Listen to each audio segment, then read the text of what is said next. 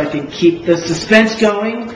So you guys, these are other props to hide the real cure sitting back here, because I really want to add suspense to what most consider a very boring subject. I do. I mean, diabetes. The only reason I find it interesting is because if you truly understand how to cure diabetes, you also understand how to increase lifespan. And we're going to be using this prop right here to help all of the viewers understand exactly what type 2 diabetes is and how my natural cure reverses it. Okay, imagine this as a muscle cell, and on this muscle cell are a family of insulin receptors. And when we eat something sweet or we eat a carbohydrate, our body, the pancreas specifically, releases insulin to act as a blood sugar or glucose taxi.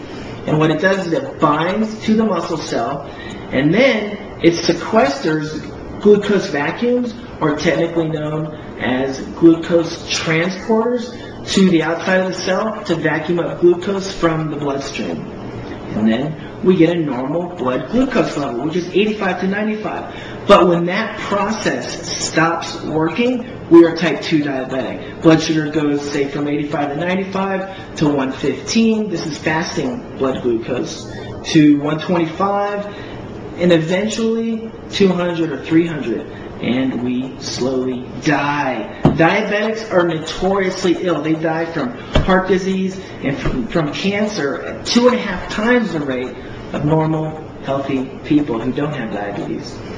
So it's all about getting this family of insulin receptors to respond again to type 2 insulin. Okay?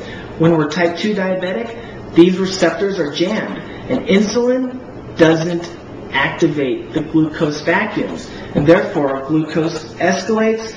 And then in an attempt to save us from the ravages of blood sugar, look at that, it's getting exciting now. To save us from the ravages of blood sugar, insulin starts to surge again, and we become more sick because these cells just get more jammed and they don't work.